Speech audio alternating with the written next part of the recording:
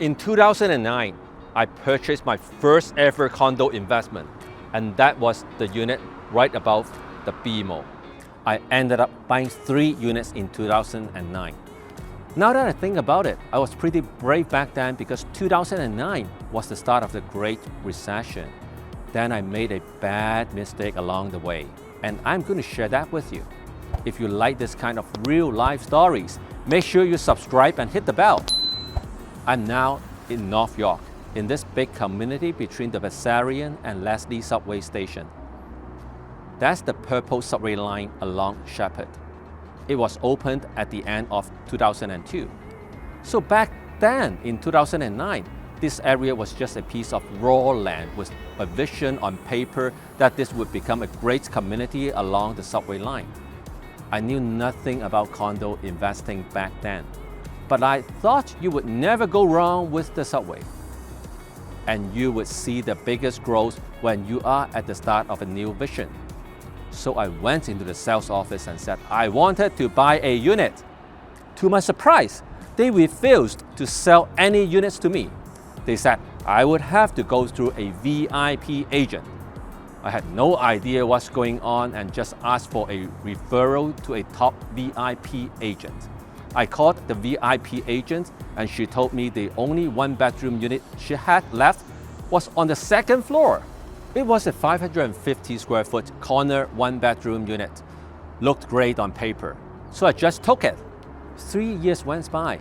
The unit was ready for occupancy in 2012. I was shocked to see the real thing. I felt like I was sharing my floor with BMO, and my view was just Canadian Tire. I was worried about traffic noise, this and that.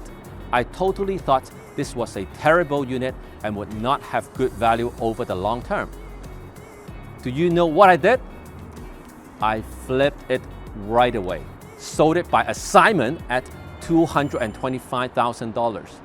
I made $20,000, which I thought was not bad considering I only put down $40,000 deposit.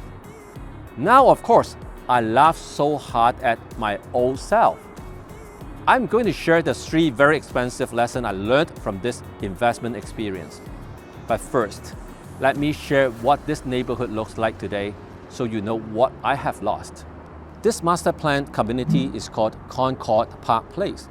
Let's have a walk from the Bessarion subway station. We have Toronto's biggest community center right here.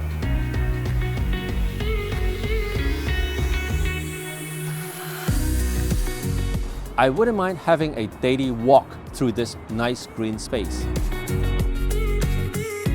In the far east, we have the earliest phase of this community, where my first investment was.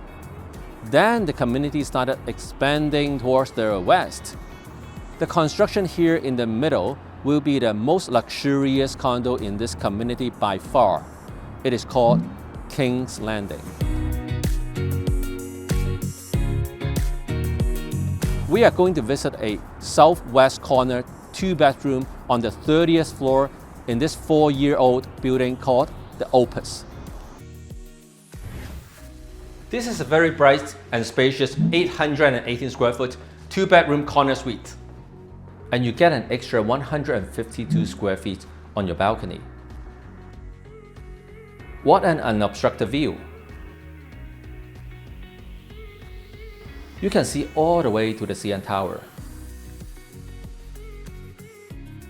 On the other side, you can see the park.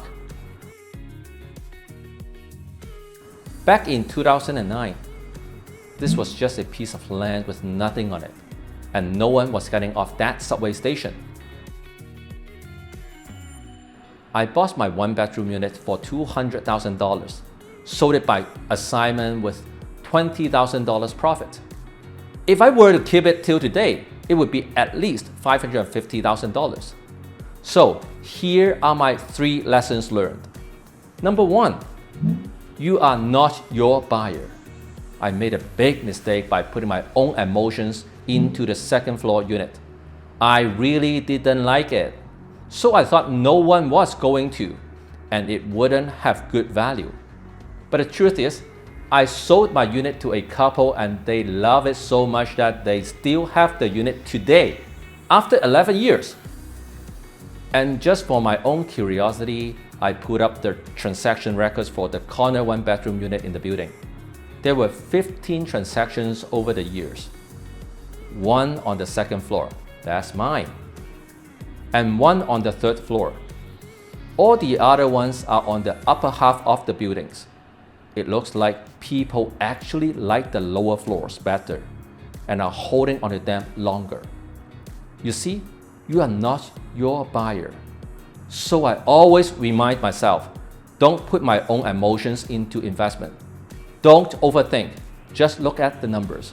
The other day, my rental team was just saying, why did Dan buy these ugly units? Yup, sometimes it has a huge pole in the bedroom, sometimes it faces directly onto another building. Because I remember my lesson learned, just look at the numbers without any emotions. For example, a better view does not necessarily mean a better rental yield. To me, it is very simple. A good investment is one that makes good money.